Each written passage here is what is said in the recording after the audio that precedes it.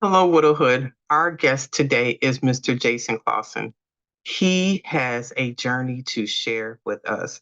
I want you to know that Jason is a licensed therapist, but he also has a love story to share with us. And we take time to dip between Jason the therapist and Jason the man. You will grow from this conversation. And I also encourage you, as you listen to this, to share with other people who are struggling and looking for a way to find out how to not be muted in their grief. This is a conversation that will help them. And also your family or friends that you feel like you may be struggling with, giving them the guidance on how to support you on your grief journey. Let's get into this conversation now. Many people talk about the ups and downs of married life, but no one really prepares you for life after your spouse passes away. Welcome to Widowhood Real Talk with Tina, a safe place for widows, widowers, and their friends and family to talk about love and loss. Find comfort as you listen to honest conversations between Tina and invited guests who've experienced the loss of their forever partner. Share their stories of love, grief, and healing. You are not alone in this journey. Join today's episode and discover a wealth of resources and learn how to connect with others who are traveling the same path. This is Widowhood Real Talk with Tina.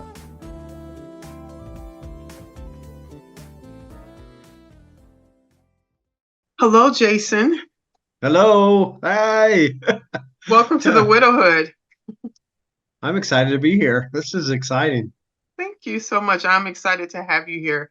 And not for the circumstance, but oftentimes we just do not have enough men that are willing to share their journey. And I am grateful for that because we're really trying to create a safe space for men. In fact, we have a support group that meets twice a month on the second Thursday of the month from 6 p.m.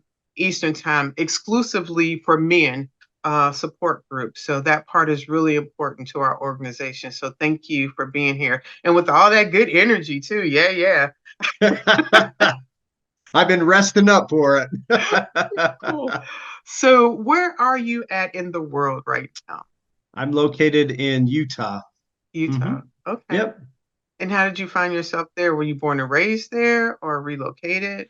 Yeah, I was born and raised here. Oh, So, family was born, or my dad's from California, and my mom's from Washington, and they met at college here, and they loved it so much that they stayed here, and I'm still here, and I love it here, and my kids love it here. So, okay. so this is what we call home.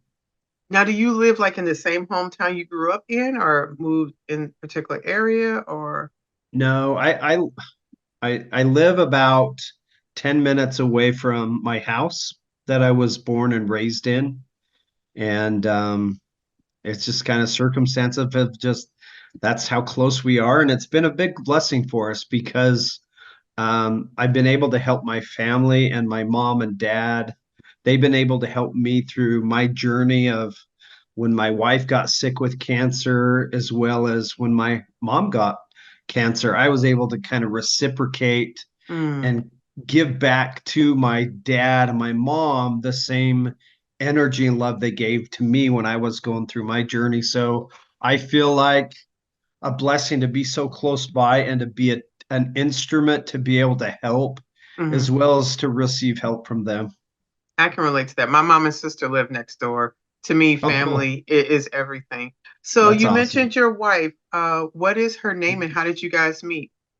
So my wife is Valerie, Okay. and we met through a friend of mine, her brother named Brad, and he wanted us to meet before we even met, and said when she gets off a mission for our church, you guys need to connect and meet. So Okay. we met, and it was like, oh, you are Brad's sister. Oh, you are Brad's friend. Oh, cool. Nice to meet you. And that was it. Okay. And okay. And that was just it. Nothing. And where did it That go from there? there wasn't any synergy. It was like, okay. But a year later, we ran into each other, and we got talking a little bit more, and I took my chance. I found out how cool she was, and I said, "Hey, I'd like to take you out, or I'd like to go do something with you." And she says, "Okay, I'll go get my brother and friends and we'll get together." And I said, "I don't want to hang out with your brother. I hang out with him all the time. I want to hang out with you." And she's like, "Oh."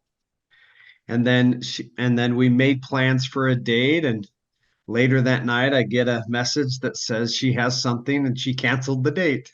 and I was Oh, I was like, "Man, is this ever going to happen?" But she said, "I didn't want this to get back to my brother." So she called back and said, "Hey, let's go to lunch together." And we went to lunch, and that's where we just really got to know each other and really connected.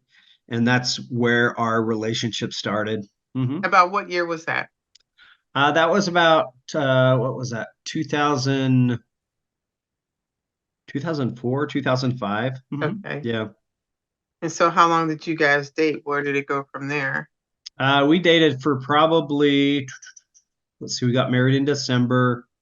We started dating in April. So what is that? 6, 7 months, something Whoa, like whoa, that. whoa. You got married in 7 months. 7 months after we started, let's see, we, we knew we first met and a year went by. We started dating in April, and later that year in December, we got married. So about 7 months we dated. Okay, would you consider that, kind of quick or fast, or how I would you guess it assess that? I guess that depends on where you're at in the Okay, country. okay, In Utah, people are that's a good amount. If you're probably outside of Utah or Idaho or parts of Arizona, you would say, "Wow, that is pretty fast." But okay. that's we felt like we got to know each other really well, and we were in. I think we were emotionally mature enough to be able to ask deep, hard questions to get to know each other on a deeper level, and it helped us really grow and thrive our relationship. Okay, so how old were you at this point? You said you were old enough to ask mature questions. And again, I was 29. Okay, that is okay. And so for the people that are listening, that are trying to understand, what are mature questions? What do those look like? I think that those are the ones that where you can tap into those emotions of being authentic and real with your emotions, and you don't shy away from them. It's nothing superficial that can be asked in like a one sentence word. It's really allows you to go to a deeper space and ask and answer those I'm trying to give one in the fly, but it can't be answered with just a short one breath, one sentence answer. It allows you to expand and it allows you to feel those emotions and answer. So those are the questions that we talked about, and we said, well, how do you feel about um, being a dad and what your role as a dad? How do you feel about raising our children? How do you feel about being married? And what is most important to you in life? So the mature questions allow you to just go on a deeper level. Okay, thank you. Now, if I heard you correctly, you said in your area, that is what makes your area particularly different than you think the rest of the United States. You were saying that's pretty much that where you're at, that's a kind of a norm of a timeline where somebody Well, outside that area may see it differently. Well, in Utah, there's a lot of family communities, family-based communities. There's a religious component that is really strong, Okay. a Christian component where we thrive and we our biggest values are family. So that is one of our most important things is we want to create families first, and we want to be able to connect. And that's probably why we our relationships really thrive is because those values match up right away, and Okay. we can talk about families openly and getting married because that is one of our core values based on our beliefs of Christians and being members of the Church of Jesus Christ of Latter-day Saints. So Okay. it really helps. Um, and we love families. We love that component. And families are, if you don't have a strong family or if you don't have people that you can relate to, then that's hard Right. in life. Into this human experience. Uh-huh. So, Yeah. so you're dating. What does the proposal look like? I wish I could do a redo actually. So because you see the movies and all this stuff, but I Oh, remember they're doing order too much. They're doing too much now. I don't even understand like where do you go from there? But a lot of that I think is more sensationalized what you see, but like I don't know how real that is a lot of stuff. And it's just gosh awful expensive. It's like to me, I don't know. Yeah, I mean, one thing is our neighbor across the street, they he was a jeweler and he proposed um if we could do some trade work, he could reduce the price of her ring. Okay. So I was like, okay, I'm handy. I can do some remodeling. So me and my dad teamed up to remodel the bathroom. And then by doing that, we're able to get a really awesome ring for a reduced rate that was awesome. So when you say sweat equity, I put sweat equity into her ring. And Okay. and for me, I was so excited to be able to have this be her ring. And I didn't like make down payments. I really worked for this ring. So I couldn't wait to give it to her. And the proposal worked like this, like I finally got it and it sat in my presence for a couple of days and it was just burning a hole in my pocket. And I was like, I gotta give her this ring. And so I was like, what, how am I gonna do this? So I just remember having it in my ring and I was like, I'll think of something. And I remember one night we were at my parents' house and I was romantically making pastaroni, white, white pastaroni. And and and the fireplace was there and I was just like, oh my gosh, I like this moment.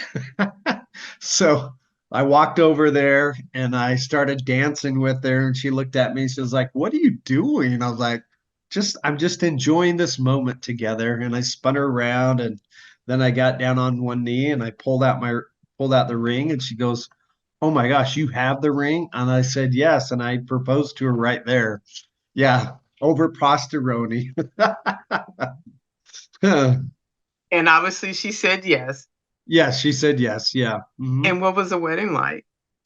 The wedding was very special. We had a lot of friends and families that came from all over.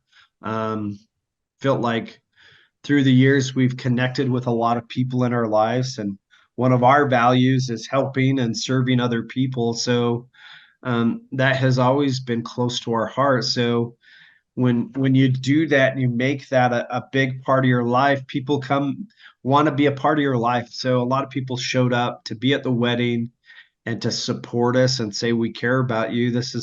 We're so happy for you. Wow. And so the wedding December 2020, December 24? What 20, date did you? 2020, let's see, 2005, December 10th. December 10th, Yep. 2005. Okay. Wow. And so you talked about children. When did they start becoming part of the family? It was something we wanted. I grew up in a family of seven kids, so Wow. Nice. I wasn't afraid of big families because that's all I knew. Okay. So we began to try right away, and right away, 6 months, my wife got pregnant, and we're like, okay, this is awesome. We're starting our family, and this is great, and we had our first child, and it was a boy, and something I look forward to, and I embrace as a father, and took care of him, and I would read him stories at night and play baseball and sports, and I was like, this is great. This is what I've dreamed for. Hmm. How many children do you guys have all together? So with Valerie, we have We have two that are living and Oh, one that passed away. I am so sorry. Do you want to share about that? Yeah, yeah. Um, so the first one, my oldest, he came naturally. We didn't have to do anything. And then again, we felt in our hearts we wanted to have more kids, but we struggled to have kids. It was we'd go to the doctors and try different things, and it came down to where we had to do in vitro fertilization, where we had to involve the doctor to help us get pregnant, Okay. and that's just an emotional roller coaster in itself, where the doctor has to implant the put put everything together. Okay. I'm not gonna put everything together and implant it in my wife and get pregnant. We tried that a couple times, and our second one is from in vitro Okay. fertilization. So here's our miracle that was made with love and science. Nice. And then we had more of these eggs that we wanted to use and have more of our family. So after a couple of years, we said, okay, we're ready to have another child. So we implanted these two last eggs that we had, and they one of them took, and we were so excited. We're like, we're gonna have another kid. And we got to probably about 10 weeks in the pregnancy, and we went in for a visit, and they did an ultrasound, and the nurse looked at us and said, something's not right. And we're like, Mm, just check it again. And she tried, and she goes, you know what, I'm going to refer you to the hospital because I'm having a hard time getting a reading. okay. And we said, okay, all right. So we went to the hospital, um, and the doctor did a scan, and then the doctor invited us back into his office and looked at us, and he just says, we're going to have a hard discussion today. And I thought, okay, what are we gonna do? I'm up for the challenge. Let's do this. Okay. I'm generally a positive, optimistic guy, but he looks at us and he says, "You guys got some decisions coming your way. Your baby has something called anencephaly. The skull hasn't fully developed, and the brain is developing outside of the head." Mm, And and we said, okay. Says you have two options. He says you can have the baby full term and deliver, and in that case, the there's risk of your Valerie getting septic and having complications, or you can have the baby delivered early. And he says, I'll never forget this. I'm getting emotional. Says, in every case, it doesn't end well. mm, And and I think right there, it just went one of the hardest uh, situation of my life was placed in front of us, where we were had to make a decision. And he sent us home, and he goes, "I pray you'll do what's best for you, but good luck to you, and let me know what you want to do." So we drove home, and we didn't say a thing because mm, it's like, what are you gonna do? And it weighed heavy on us, and it was like, I think there was this moment where we became angry at God.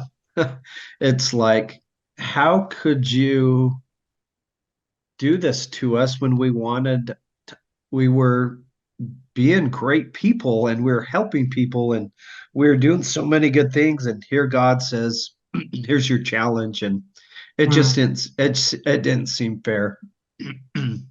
So we came with the decision. Ooh, I don't talk about this very often. Um, Take your time, Jason. I just remember driving back to the hospital. We made the decision to have the baby early. Mm. Okay. And on our way, we're like, we probably need to name our baby.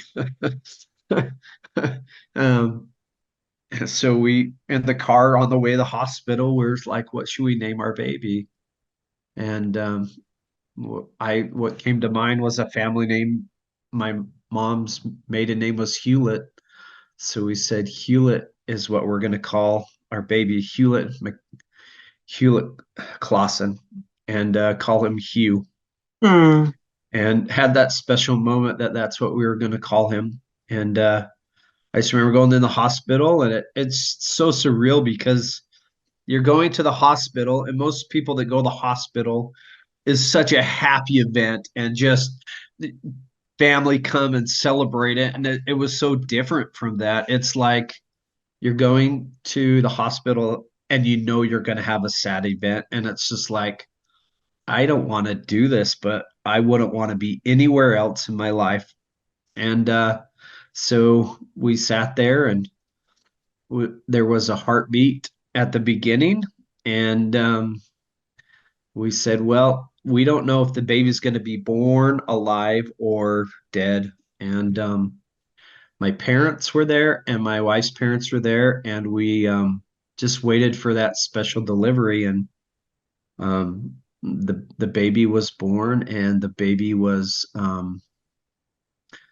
obviously didn't make it. And it's such a tender, huh, such a tender moment to pull out this baby and just hold this baby in our arms. mm, And immediately we loved this baby. We loved him for what he is, and for what his mission on life was to be a part of our family, and to come here and get a body, and to be able to be a part of our family. And we still consider him a part of our family. yes. And for like the time that we were at the hospital, it was amazing that we had such these close moments with him, even though he wasn't alive, even though we could see his little fingers and his little Mm, toes, and he was a person. And we loved on him, and we just held him the whole time we were there. And then I remember when it was time to leave, my wife just broke down and says, I don't want to leave him. I don't want to leave him. And I'll never forget that. We walked out and we just drove home, and without a baby. And that was so difficult. And I remember thinking, wow, this is going to be the hardest thing I go through in my life. Um, I this is hard, and it was hard for a long, long time. And it was hard for to look at Facebook. mm, It was hard to go to church, because there's happy families, there's families that are being born, there's people sharing pictures on Facebook, and just everything about life just was hard. And we didn't want to do much. We just wanted to sit and get emotional, and just it was like we were grieving the son that we never were able to raise. And I think we were grieving the memories that we were supposed to have as a family, because yes. we can't grieve. He wasn't here very long, but we grieved what he was supposed to mean and be a part of our family. And that's a different grief that we had to deal with, and start to be okay with how he wasn't going to be here, but he will still be a part of our life. Thank you for sharing that. I know that was difficult, but at the same time, I know that you wanted to share your journey to help encourage other people.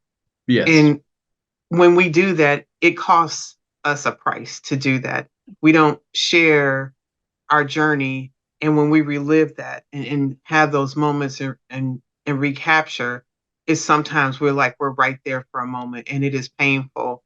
Yeah. And I can relate to that. So thank Yeah. you for taking the time to do that. And also thank you for sharing and being so transparent about how difficult when you're going through hard moments to connect and interact in ways that you did before, the social media, being in church, and those things, because oftentimes people have a lot of guilt or shame feeling that they don't want to go to church or they don't want to show up in social events the way they did before because they may not even correlate the idea of the word that they're grieving. They Yeah. just may say, I'm having a hard time or it's difficult. And because they don't recognize it as grief, it can slip into deep depression and other different things. Yeah. How were you and Valerie able to turn the corner on that and not slip away? Oh, it's a great question. Obviously, it didn't happen overnight. It take that sting of not having your child is something that's obviously it's still hard today. So it took a couple of weeks to be able to start turning things around. I remember people coming over and sitting with us in our emotions, and I think for a moment we didn't feel so alone. Um, People came in and they didn't just drop off things, but they sat with us in those emotions. And our friends just a couple houses down actually showed up with a yellow basket and said, "Hey, we're here for you. Here is some things to cheer you up and maybe laugh or things to do as a family." And for it meant a lot that people were reaching out and caring for us and sitting in those emotions together. So I don't think it was people that reached out that kind of pulled us out.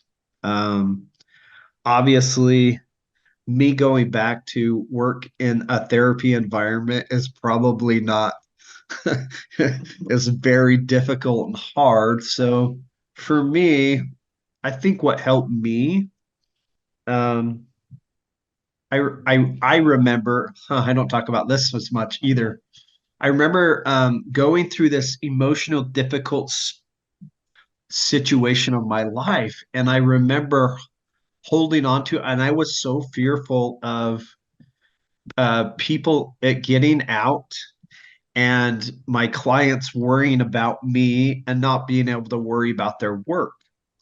And I held on to it for so long. My like two of my coworkers knew it, and I finally said, "You know what? My This is a gift to be able to teach people about how to get through hard times." Said, I'm going to share this with in a group. And I was the director, and I said, I'm just going to share this with them. And it was amazing to be in a recovery environment where I was perceived as invincible, right? I'm this therapist that nothing happens to them, but for this small moment where I said I need to share something with you guys. I'm going through a hard time and I feel strongly that I need to share. And I shared what was happening and I shared emotions and the it felt so intimate and so like such a spiritual experience of my life when I look around and everybody in the recovery group is crying and there's these big dudes with tattoos and piercings and they're weeping and them saying that just doesn't seem fair, Jason. Here you are helping people recovery and you have a challenge that you're going through. And I it brought a lot of respect. And a lot of them said, and you're not using through this empowers me that I can get through hard times because of what you're going through. And I I walked I walked out of that group so like empowered from them that were struggling, but they said how much that meant to them for me to open up and be vulnerable to them. And I couldn't believe I kept it from them for so long. But for me to be open to people that are going through hard times, it made me as a therapist more. I I am a better therapist because of it. I empathize better for people. I care about more people because I had that situation. Mm, thank you. Of so much. I am so glad that you mentioned the importance of community. And people often try to go this alone. They don't want to say anything or talk about it. And so here you are in the duality of Jason, the therapist, and Jason, the real person going through a life struggle. Yeah. And as I do grief coaching with people, often they're therapists and they're looking for a safe space for someone to talk to. And they say, me being a therapist has nothing to do with right now. Yeah. All the things they've learned, all the things they knew when you're in that. And the other thing that you mentioned, that when your community came, they didn't try to fix it. They didn't try to push you through whatever it was so you could be happy. They sat where you were Yeah. in that process and just let it be. That Yeah. pain has its purpose in life. Those tears are healing, and they were just there. Hmm. That is so important. How, so now I know what I want to ask you. The correlation that we make, so you have these people in this recovery group, and people have this outward persona, but as you humanize your experience, they became more vulnerable, if I heard that correctly. Yeah. Yeah. The groups after that got so much deeper. They were bringing up things that they were holding on to. And it so much healing was,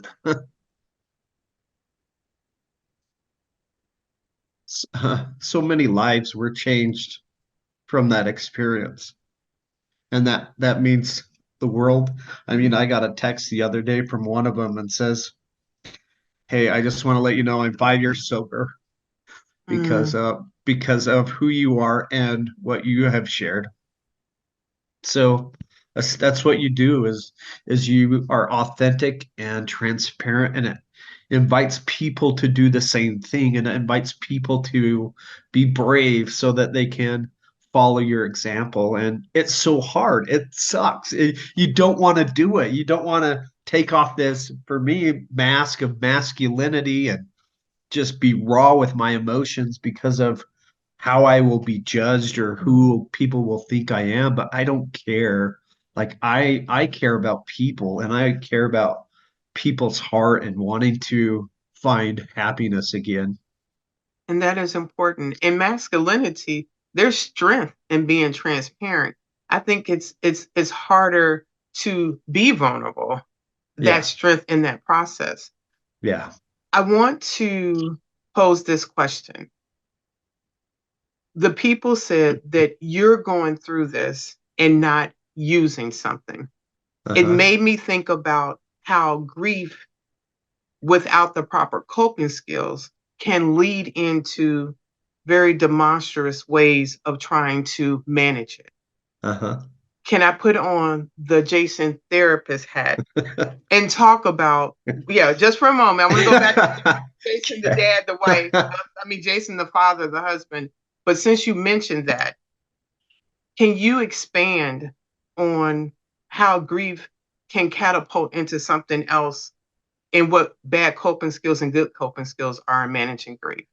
Yeah, I think what I've seen a lot of is when people just are wanting just to wait out grief. We just begin vulnerable of taking on things that are unhealthy for us because we just want to mask our emotions.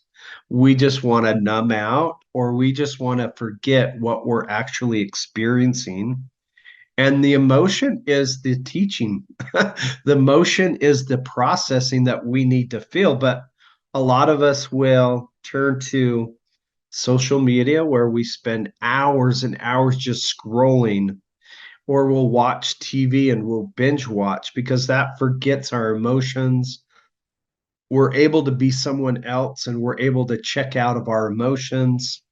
Or maybe even we start using alcohol to numb ourselves out, or we start to get in unhealthy relationships because we forget about what we're trying to experience. And that's how those unhealthy habits start to creep in, is because we're so fearful of feeling our emotions and allowing this emotion to come out, or the person we're trying to, I guess, become come out, where we want to push it down and we want everything to be where it was because we know that, and that is easier.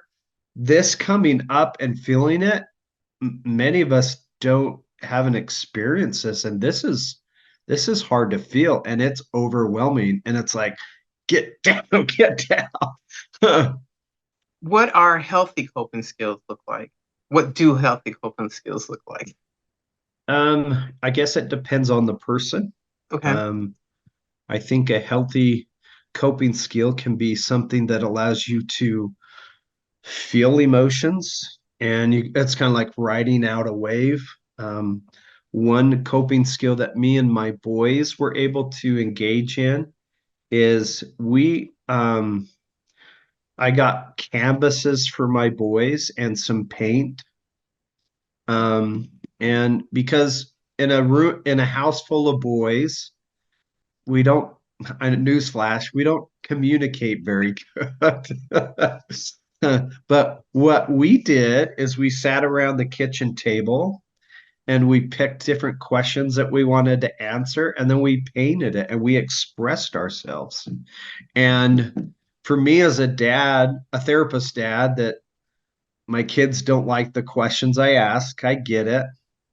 The canvases could tell me what was going on, and this was a healthy way of coping with how they were feeling. Something like exercising, physical exercise.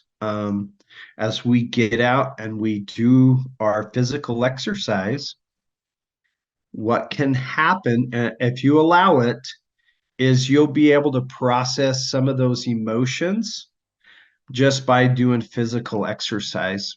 And I'm not going to say every person will have this, but you will get to a point where, as you're exercising and pushing through, the emotion will start to come out as you allow it.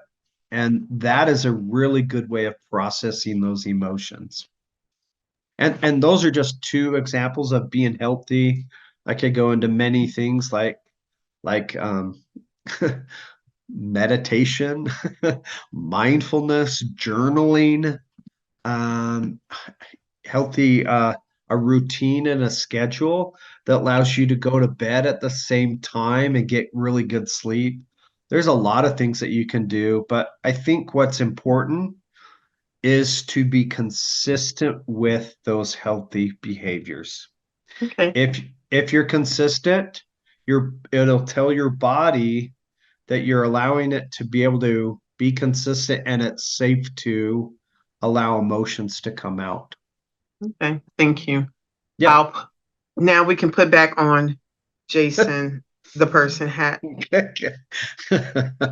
So friends come by, they visit. You and Valerie turn this curve of what life looks like differently now and accepting this new version of life. Because I Yeah. think one of the things that, and you mentioned it briefly, the struggle is realizing you don't get that old life that you had back. Yeah. You are different, Yeah. and we want to feel like we want it fixed, and fixed looks like having the life we had before, but that's not possible. So the Yeah. reconciliation of that mentally requires us to struggle to identify. I need to identify what change looks like in this new version, and I Yeah. think either you embrace it or that painful part of trying not to will put you in a place of being stuck. Yeah. So you and Valerie are able to move forward in that. What are some other big things that happen in life after that? That was like I guess a couple of years went by, a year and a half, and we felt like, okay, we were making some progress. And at that point, I was thriving as a clinical director at this recovery program. My boys were thriving in school and sports. One thing that Valerie struggled with was, after the pregnancy, is her weight, and she was able to qualify for a surgery to be able to lose some weight. And she finally had lost 100 pounds at this point and was feeling good about life. And we were feeling like, okay, we went through this one hard moment of our life, and now we're closer and we're stronger as a family.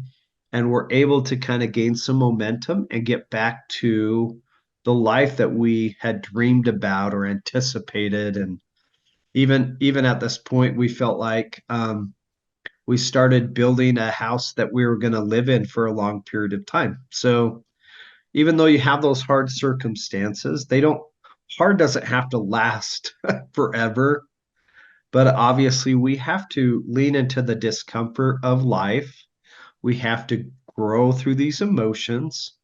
And also, our God is allowing us to become the person we need to be through those. But if we fight back, then we don't, we're not going to become the person we need to be. So again, we went through this hard moment and we were starting to get back on track. And it was like, all right, I feel better. I can teach people and I can do this again. We've gone through this. Okay, we're back on track. And it's like, I can smile, we can laugh, we can feel ourselves again. Nice. And where does life go from there? That's a awesome question because I felt like this is the life I've wanted for a long time. Even though I didn't think I would have just two kids. I thought I'd have a bigger family. I didn't think I'd have to go through a hard moment, but we were there. And literally, I remember at this month, my brother, my brother that is getting married at 42 for the first time, and we're just like, yes, and life was feeling good. And a couple weeks after that, that's my wife came up to me, Valerie, and she said, "Hey, Jason, I have a lump in my stomach. Can you check this out?" And I felt that, and I was like, "Oh, that's kind of weird." We were thinking that could be probably from the surgery, some scar tissue. And I said, "Hey, let's not jump to conclusions. Let's wait a week and then we'll see where it goes." A week went by, felt her stomach again and it had grown. Mm. And that's where I was like, okay, let's go get some tests. And ironically, our first test that we went into to see our primary care physician, he looked at Valerie and says, "Are you pregnant?" Oh, okay. and she's like, "No." So we did some blood work, and then he sent us over here to do some scans. And it was like one thing after another that, and we weren't getting any kind of answers of what this was.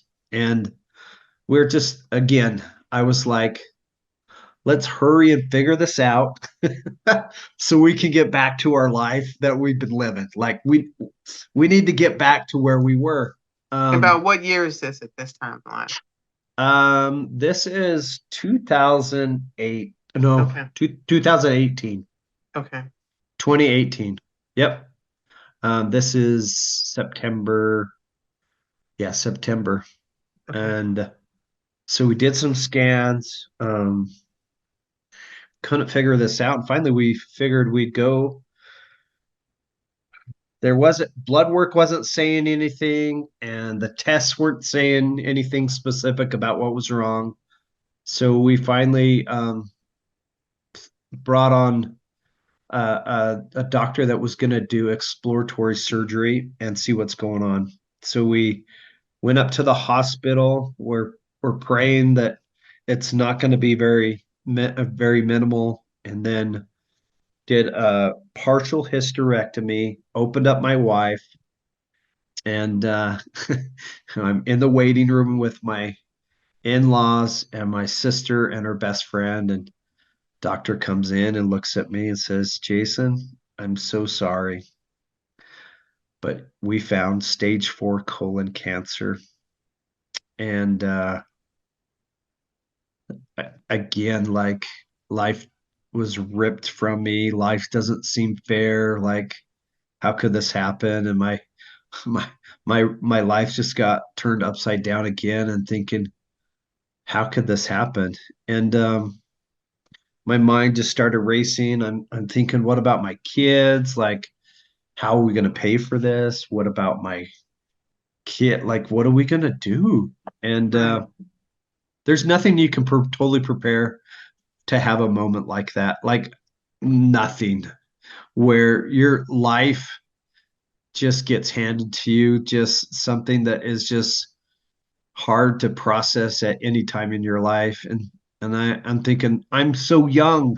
My wife's so young. Like this doesn't happen to people that are young. This is people that are have lived full lives. And I just was thinking, what are we gonna do?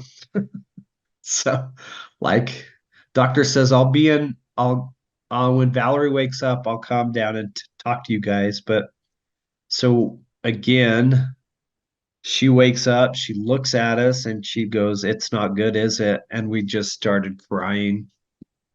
And the doctor just delivered the news and we just all cried and just sobbed that our life was going to be different. And again, we grieved again the life that we were meant to be, the life that we are anticipating we weren't going to have. And we started the grieving process right away.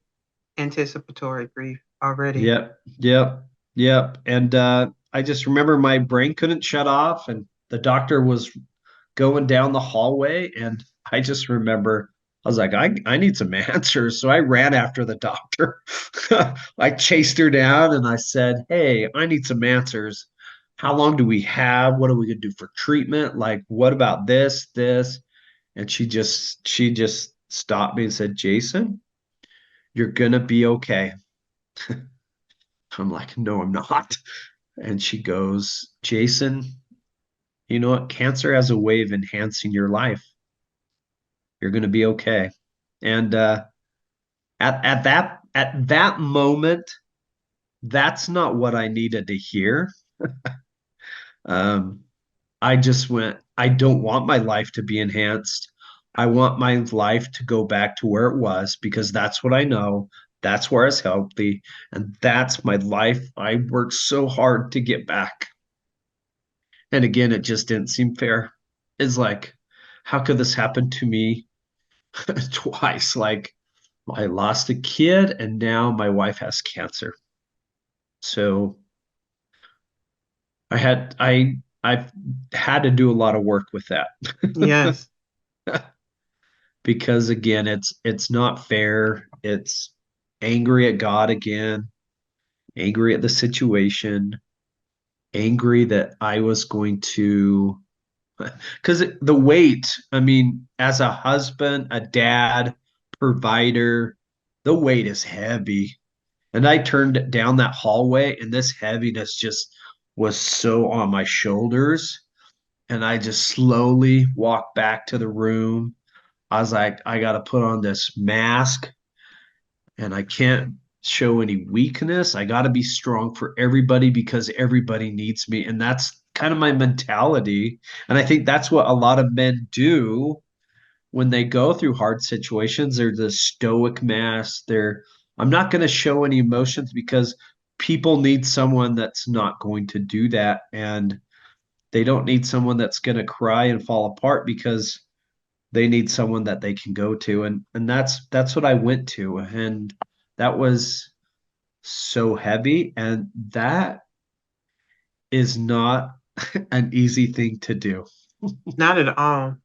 Did you ever show Valerie how you were feeling, or were you always strong in her presence?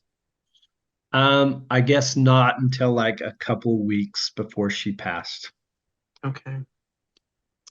I will leave you to share whatever you want between the diagnosis into when she passed. I don't want to ask a lot. I want you to share your story for that period. Yeah, yeah, yeah, yeah. I didn't do it for a long, long time Okay.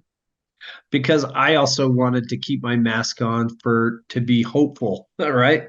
Optimistic. I'm the and then what I would do is I would help everybody.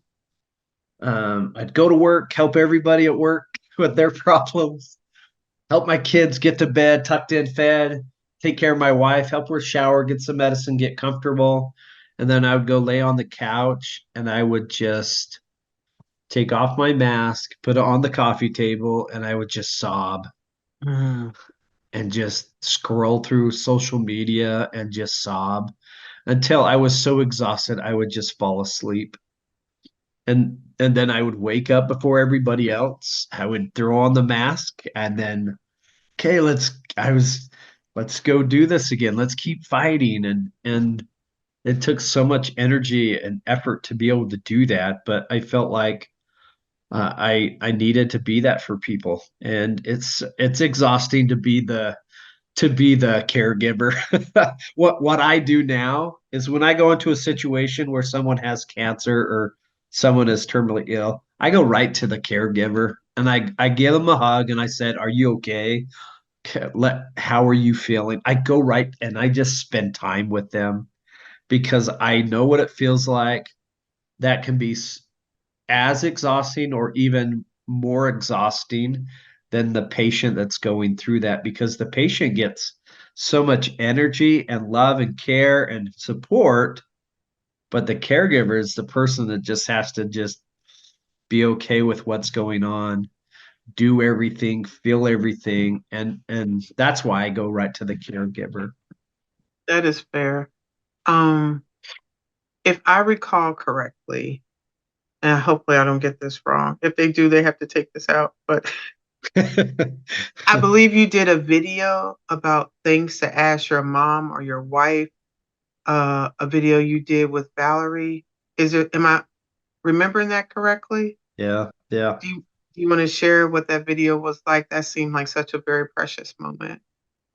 Um, I mean, one thing that we did with Valerie is we recorded and did some recordings. And one thing that we did with her is we wanted to ask specific questions to honor her and continue to keep her legacy and memory alive. So taking time during those difficult moments and asking hard questions can be very hard, but it can be so memorable and it can help you to continue the legacy that you will carry on with your loved ones. But we got to be able to be intentional and be present to be able to do that. So, like asking her, "What do you want done with your stuff? What memories do you want to honor? Where do you want to be?" Um, I can't remember. What are your favorite stories that we should continue to carry on? It's just those are what's important. That is. Um, from the time that Valerie became sick in September, how long before she transitioned from this world? So the doctor gave us 2 to 3 years, and she passed away in 9 months. Okay. So really rapid. And again, here's another hard issue. I hate bringing hard stuff up, but we did everything that the doctor told us to do. We did chemo. That was our choice. We tried to get on trials, clinical trials. But the hard part about this whole situation, and again, um, and I like to teach that even though you're living a good life, even though you're a good member of the church, you're a Christian, you're serving in the community, hard things can and will happen to you. And I'm sorry to burst people's bubble, but that's kind of life.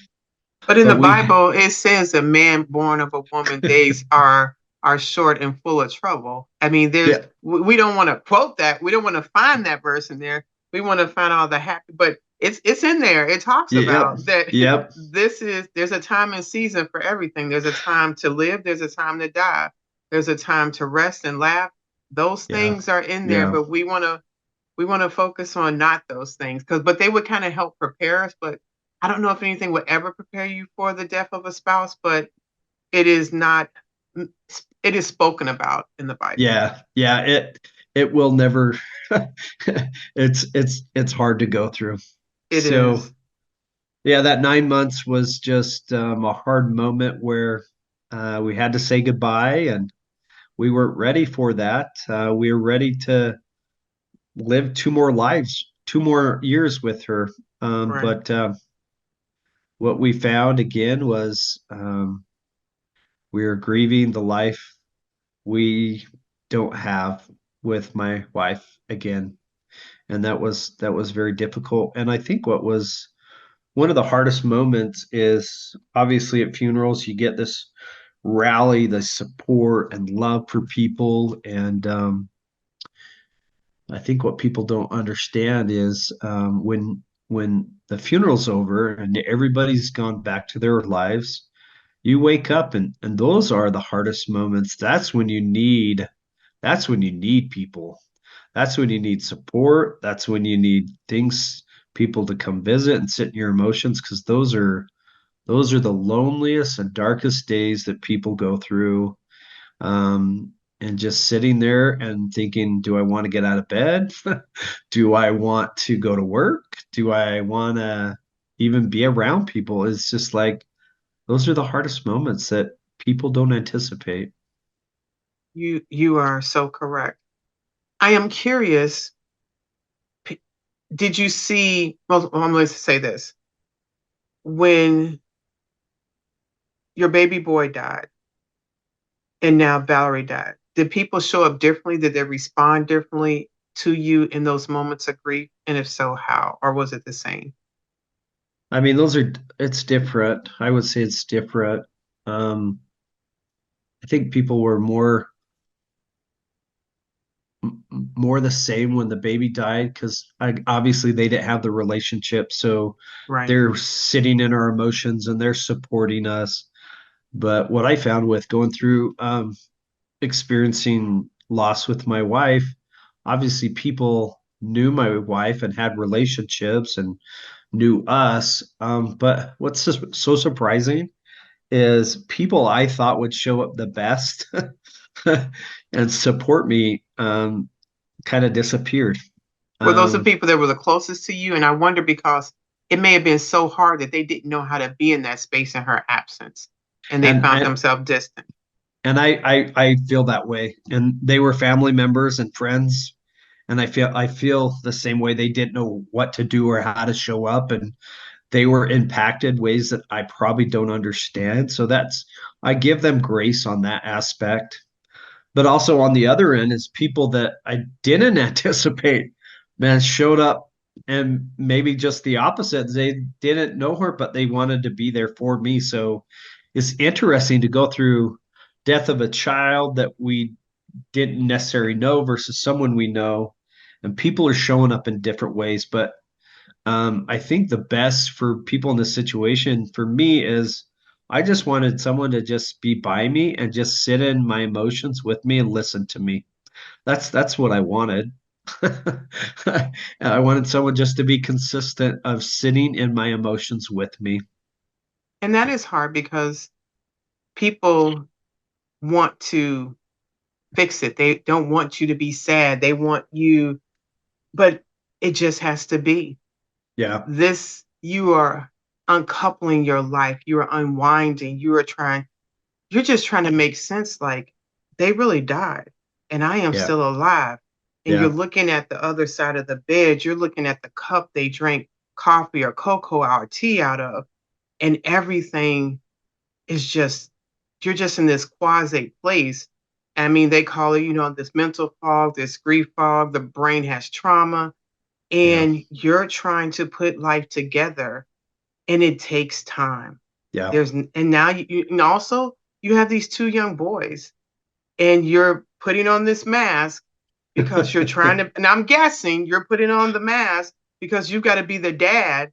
And where do you grieve? How does that work? How did that You- work, I should say? I kept putting on the mask. It was comfortable, and I'd go back to work.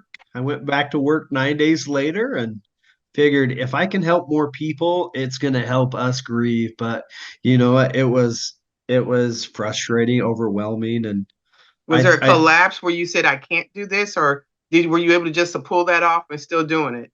well, I remember coming home. And this just is the moment I think. I walk in and my son's on the couch and he looks at me and he goes, "Dad, you come home angry every day." And I went, he can see right through me. I'm not doing a very good job of hiding my emotions. I was like, I got to do something. so that was a pivotal moment of him just seeing right through what I was so afraid to show him.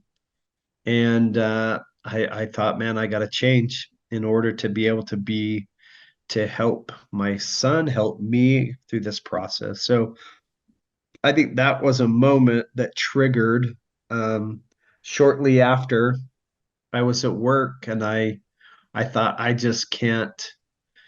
can't carry this anymore, and I can't hide anymore. So I remember being at work.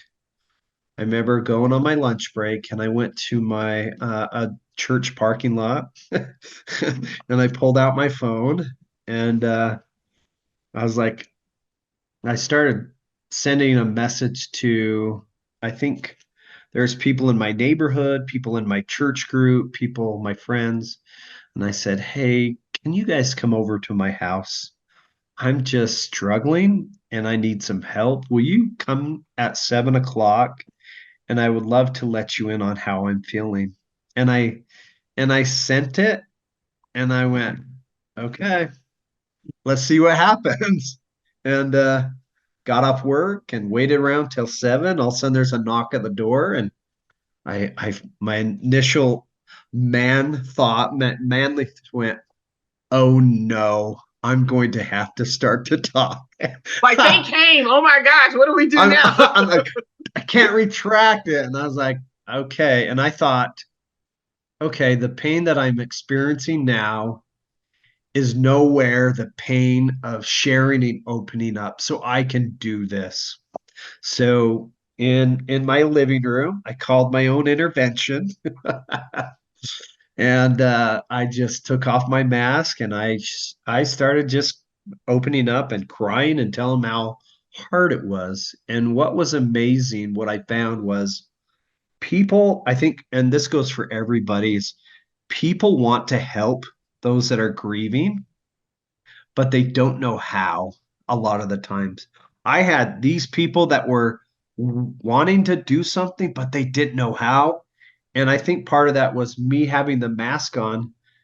I was hard to read of what to say and what to do to be able to help. But as soon as I opened up and shared, I gave them permission and I Yes. invited them in, and then they could give me the feedback I needed. They could tell me the things they were holding on to. And these are the things that I needed to hear so that I can move forward. So after this experience, I was like, okay, what happens when things get hard? So in this moment, I created a healing team and I identified someone as my captain of my ship. And what they would do is whenever things got emotional, triggering, overwhelming, I could text my one word code word to my team captain. My team captain would text the rest of the group that was there, and they took on an assignment that they could follow through with. Example is my parents, they would, when they got that text, when things were triggering, overwhelming, exhausting, they would come over and start doing my laundry. And Laundry then is huge. It's like laundry, you I and know. two boys. I mean, Yeah, that's love right yeah, there. yeah, That's yeah. love. A neighbor would come over and start doing my yard work. Someone would come and take the boys and take them for a couple hours. I would have dinners come over to my house. People would start text me uplifting messages. So it's like as soon as I got so overwhelmed, people would take off some of my responsibilities, and then I could breathe. And I think what's important is when I felt well enough, I invited those things. I'm like, I got my laundry. I think I can handle it, even though it was super nice. It's like, dang on it, I'll take the laundry back. So I could take the laundry back, I could take the mowing the lawn, and then I could breathe. But at that point, I was like, oh my gosh, I believe that whatever I go through, all I need to do is one text word, and I can have a team that helps me through my grief. So at that moment, I felt empowered to get through that grief. And after that, I felt like I can do this because I have people that will link arms with me, kind of like in the scriptures where it talks about yoking your will with God. It's like they'll carry me through until I'm strong enough to deal with this. And that was life changing. It is because we want to think they know what to do, but they don't. They are literally waiting for us to give them instructions on how to show up. And they don't Yeah. know if they should talk about it or if they shouldn't talk about it. They don't know if Uh-huh. they should lean in and do this and not. And Yeah. those people that love you, when you give them clear instruction and they know what to do, they will engage. I love that concept to be able to put people in place. And because when you don't have to do the laundry, you don't have to cook, because you already have the Valerie died every second, every moment. That weight is there. And now you got to do laundry. You got to come home from Oh. dealing with people. You got to do the grass. You got to take care of the boys, run them to sports, have parent teachers, da da da da. All this, it was a 2 unit scenario, is now here. And then you're mad at God that this happened. And why is this? I was trying to da da da da. And it's like, I can't breathe. And you hyperventilate, and then you're trying to do it, and calling that community and engaging them. And the way you put it together, anybody can make that a repeatable process for them. The Yeah. other thing that you've done, talk about some other things you've done as far as helping people with grief. Um, I feel like my grief is my calling now because I've been through it. It's like, okay, you've been through it. Now it's our opportunity to give back and to help people so that they can do it right. And Um, I don't know if it's do it right, but know that they have options on how to do it. okay, Because yeah, how everybody's going to do it is going to different. Everybody may not have the network of people to even have the fair enough. team and the captain. But what they do know, they don't have to let grief mute them. Yeah, They don't have to hold it in and explode emotionally and bottom out.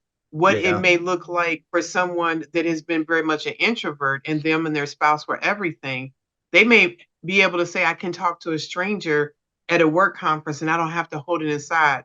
I can use a journal. I can do that. yeah, Everybody's version will be different, but not one having community. They can hear it's helpful, and yeah, they can also know talking about it, not holding it inside. That's a piece maybe I can pluck out from my own journey. yep. I couldn't have said it better myself. Um, one thing that I did after that meeting, I just I decided to reconnect with my boys and be a dad again. I thought what was not sustaining us was those memories of loss and cancer.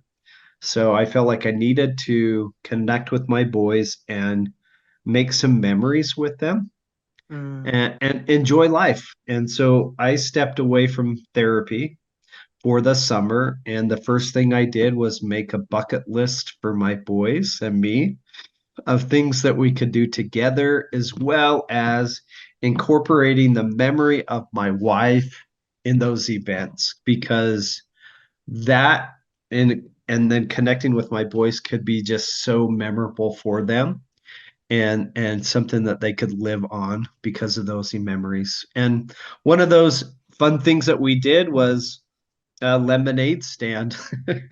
And because we wanted to give back to people that were feeling the same way we were. Um, we feel that service is a big part of healing, and giving ourselves an emotional timeout by helping others. We felt that would be a good break for us. So we made this lemonade stand outside of our house, and by the time the lemonade stand was done, we raised $1,500, and we How much wanted was to the lemonade? What are we doing? What kind of easy lemonade stand is this, Jason? easiest lemonade stand. You get a water bottle. This is get a water bottle, and then you get those Crystal Light packets. Okay. And we got a little a rubber band that we attached it to the lid, and we just sell those for $1, and people would make their own lemonade. Oh, you're not even making lemonade. You. Yeah. Oh my gosh. Oh Well, my this gosh. this was during COVID, so it's like people are driving by and we're just handing it to them. So Okay. it's and people were donating and getting behind us as well. We didn't sell $1,500 worth of lemonade. Okay, I need some clarification. Thank you. Because I'm like, I need to give me a lemonade stand if that's what's going on. But people were rallying around us, Yes. and so we made these kits to be able to give to people that lost a spouse and cancer. So we put all this stuff in these kits. We made 25 from the $1,500, and then when we showed up to these people, we Mm. could sit in their emotions, and we could say, this sucks, or my kids could talk to their kids, and it was we finally had got ourselves a break from feeling all that yucky grief by serving and doing something good for another person. And I think that's what felt so good for me and my boys. We could breathe. We get in the car and you could feel this energy. And I'm like, oh my gosh, I want to keep doing this because it feels so good. And then my kids are starting to feel good. So we started doing this more often as a family. And one thing, there was a lady that was in Virginia that said, "Hey, I want a kit to help myself out." And so we thought we can't go to Virginia, so we designed a box that we could ship out, and we sent it to Virginia, and this lady just went crazy. She goes, "Thank you so much." And so we began to go on this mission of helping more people. And during this time of helping others, my boy came up and he says, "Dad, do you think we could deliver a box to every state in the United States?" And I went, "When do I have time?" But the dad in me says, "I don't want to tell my son no." He is catching the vision and he is healing through the process. And I said, "Okay, buddy, we'll do it." And sure enough, we went to work, we threw it out on social media, and last about a year ago, we delivered the last box to Delaware. And now we've been able to share and give back to so many people that have been in our space. And it's been so healing for my boys to be a part of this. It's been healing to see people. I mean, I get messages from people. It's inspired people too, and it's helped people that are grieving Valerie as well. And I just feel so honored to be inspired to be able to do this with me and my boys. And that is one thing that we're doing now is people that are in that grief space. We've turned those boxes where we can give them to people. We can send them to people. It's our business that we call Hope Kit. That is And now, beautiful because people will stay stuck in what they can no longer attain. The memory that their death was painful, but there was more beautiful memories in the relationship, and you yeah, had beautiful memories to make. I love how you turned the corner on that. How has the dynamics of your family changed since then? it has changed quite a bit. How Um, so? um, we have been doing our work and trying to become the best people we have.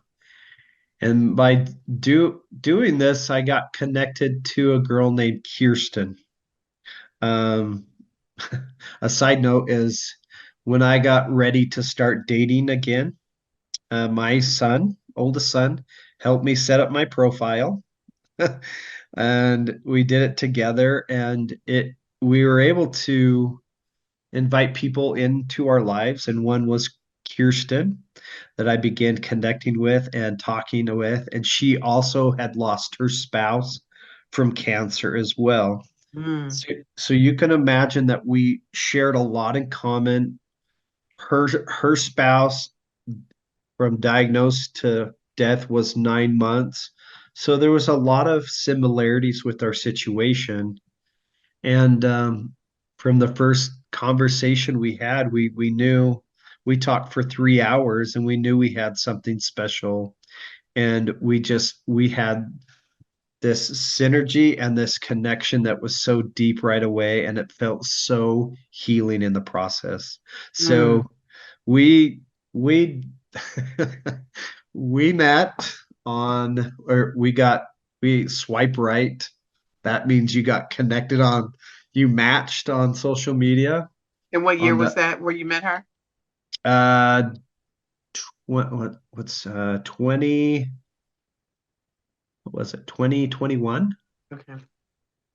in September, and we talked every day for at least 3 hours. And where did she And live at that point in time? she lived in Idaho. Okay. And but she was building a house an hour from my house. So we talked for about 2 months, like every day for at least 3 hours. And then she moved down here, and while we were dating, she would drive. Well, she did most of the driving. She would drive down to my house and back home, almost every day, because managing my boys and everything was really hard. But all the sacrifice, the time we spent, we just fell in love, and we ended up getting married the following January. Okay. We just hit our 2 year anniversary Oh, congratulations. last Saturday, and it was awesome. And at that point, it's like, okay, God's good, right? God is helping us. Um, he's bringing things back in our life that He has taken, and the boys are calling her mom, and it's embracing her. And Kirsten didn't have any kids of her own. Um, she'd been remarried before and had two stepdaughters, and had a distant relationship because Cody was gone. But she came to me. She goes, "Okay, I can't have any kids. The doctor said no, Jason." And I said, "Okay, this is our family. I'm happy." And then God has another plan. So, being married a couple months, I get a phone call from Kirsten, and she's crying. And I said, "Babe, what's the matter?" She goes, "Jason, I'm pregnant." And my jaw hit the ground. And I said, "Why are you so mad?" She goes, "I'm just mad because I don't want to go through that grief again. Mm. I've had two miscarriages. I've lost a husband. I don't want to do with this again." And we went about it really slowly until we got confirmation that we were going to have a child, have a girl. Oh, And then we began to share people. And last December is when our sweet baby glue baby came to our lives, and she has been exactly what we need to bring light and joy, to bring our families together. Like we feel like a complete family, rather than two families that have been broken apart, try to fit together. We feel more complete, and it's been such a blessing. And now, as I reflect back on what the doctor said, of cancer has a way of enhancing your life, now I'm like, oh, okay. I get it. Okay, I'm so grateful that you said that. A little premature on the timing, but I mean, Yeah, that's when you tell me later. but but then I just say, you know what? It's been a hard road, but like God has really truly blessed our lives to where we have each other. My kids have a mom now. Together we had this beautiful, amazing girl, and now we get to help people in the grief space, and both of us, where we are able to share our stories and talk about there's hope, there can be joy again. We can find good after hard things happen, and that's what I love to share, and that's what I love to help people find, because it's possible. It It really is. truly is possible. I want to ask you a question. Oftentimes, people correlate God's goodness to when life shows up the way we think it should be. Why do we not say that God is good even when life doesn't look the way that we think it should? It I think it's hard. We get so focused on what's happening to us rather than what's happening for us. Okay. Because So, God is good all the time. The circumstance does not change his goodness. yeah. Yeah, and it's hard to be grateful in, and I think that's a sign of maturity and a sign of connection with God, is find someone that's grateful through a challenge, and those are the people that you want in your life. um, I think it comes with practice, and it comes with um, putting himself first, but I don't think it's people think God thanks God for giving me that trial. Oh yeah, no one's saying that. I mean, even my prayers when I went through these challenges were, why are you doing this? Why are you doing this? Rather than like, what do I need to learn?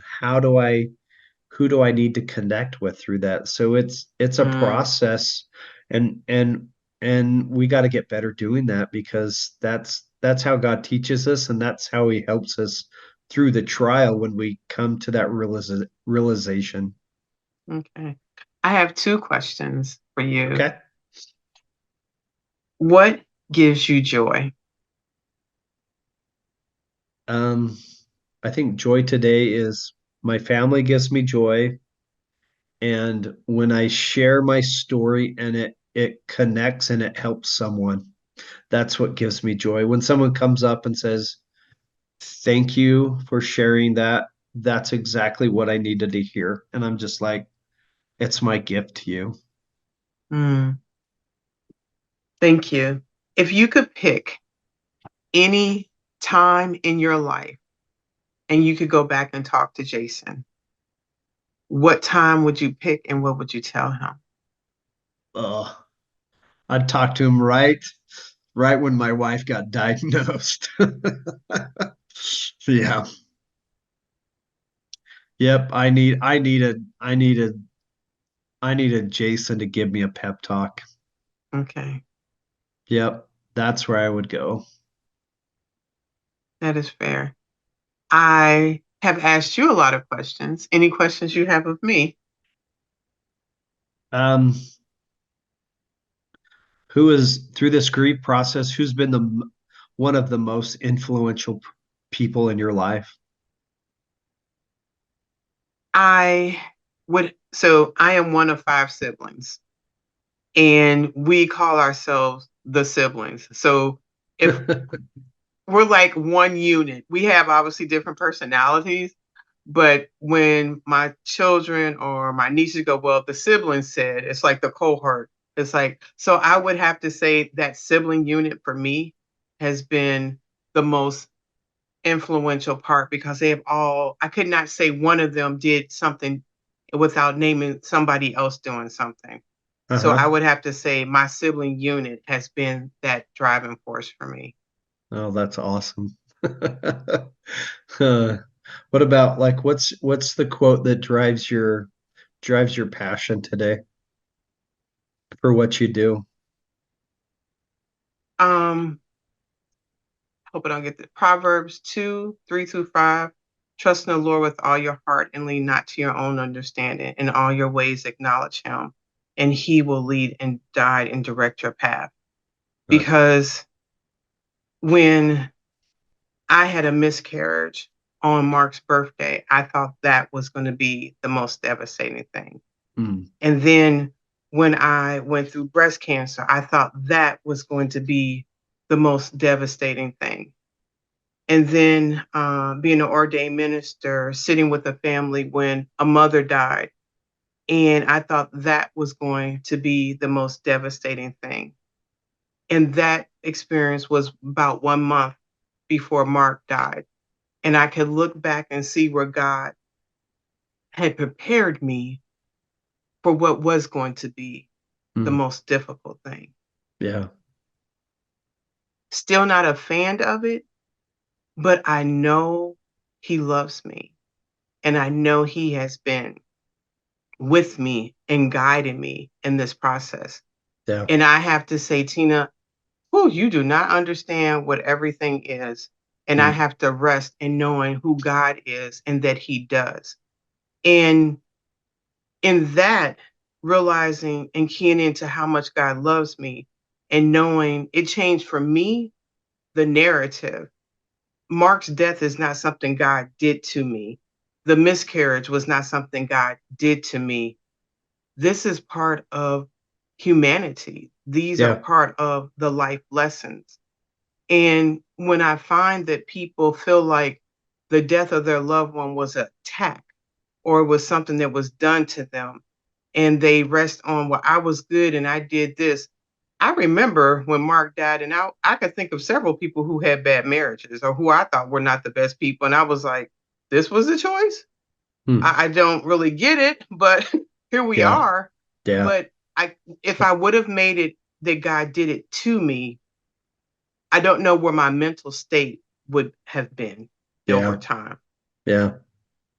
It's interesting you said that because um, losing my son actually turned out to be such a blessing because when Valerie was getting to the end of her life, um, it was comforting for my boys to hear that Valerie was going to go be with Hugh, Mm, or she wasn't going to be alone, but she was going to go be a part of and keep track and be a part of Hugh's life.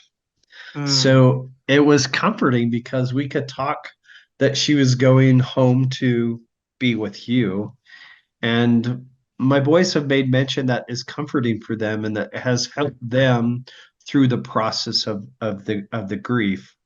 And for me, it also gives me hope. It's like, okay, our family is there, and our family's down here. So it brings so much hope. So, and again, what I thought my hardest trial of losing a kid, who would have thought that that would be one of my biggest blessings to be able to prepare and help me get ready for when Valerie went through her cancer and died. So it's like God works in mysterious ways, and but we just need to be able to pause and say, okay, thank you for doing this, but why are you doing this? Teach me. it is. I would have never thought in March in 2017 when Mark died, and I remember myself being at the end of this hallway, losing my mind while the medics were working on him and screaming, to think God would use that to have a nonprofit supporting people who are grieving, that literally having conversations with people around the world, giving space to Yeah, normalize that grief is okay. This is yeah, a part of life. It's not something we have to uh, brush away in a corner and act like it doesn't exist. Jesus wept. This is part of living. yeah, And yeah, this is embracing the love and the relationship. I much rather have grief because I love somebody, had that relationship, than never have yep, had anybody to grieve in my life at all. yep, exactly. Well put, my friend. Any other questions of me? Ah, You I'm don't have to like make tired. up one, just curious. I'm like So yeah, I know tired from this all sharing. and but I'm gonna tell you this though. Um, this has been a lot. And I encourage you to give yourself something easy to relax. Don't, if you had things planned to do after this, ooh, you may want to dial that back a little bit and Yeah, just yeah, go, there's a lot that I've rehashed and revisited and embraced and memories. Take it easy if you can after this conversation. yeah, I And will. and that being said, I want you to end this conversation with whatever, maybe there was something you wanted to cover, we didn't cover, or any advice or guidance, but it is up to you. I always say um, the opposite of grief is connection. And whether we connect with family, friends, or God, connecting with other humans and other people can be your way of helping yourself through that grief. And I see it over and over again. And that's why I encourage, if you're alone, reach out. Reach out to God, reach out to friends and family. Start with one, and that can be your starting point to get happy. Thank you for being here, Jason. Awesome. Thank you. Great connect with you. Thank you for being here through this conversation all the way to the end. I appreciate you. I am sorry for the person that you have lost that has driven you to this conversation, but thank you for being part of the widowhood. I invite you to check out our website, widowhoodrealtalk@tina.org. There are resources there. We also are a Amazon Prime affiliate and using that as a fundraiser because Widowhood Real Talk with Tina is a nonprofit. If you want to be a business sponsor, please email me at widowhoodrealtalk@gmail.com. We have events, we have activities, we have dinners, and we are looking for business sponsors. Check out our YouTube page. And if you didn't know, every Friday at noon, I have a series out called Dating a Widow that I think that you will find extremely helpful. Thank you for being here and have a wonderful day. Talk to you soon. Bye. Thank you for spending another episode with Widowhood Real Talk. If you found the contents of today helpful, share the episode to anyone you know who may need it. Subscribe to the show and tune into Widowhood Real Talk each week. Then visit widowhood-realtalkwithtina.org to join the community and access additional resources. Remember, you are not alone in this journey.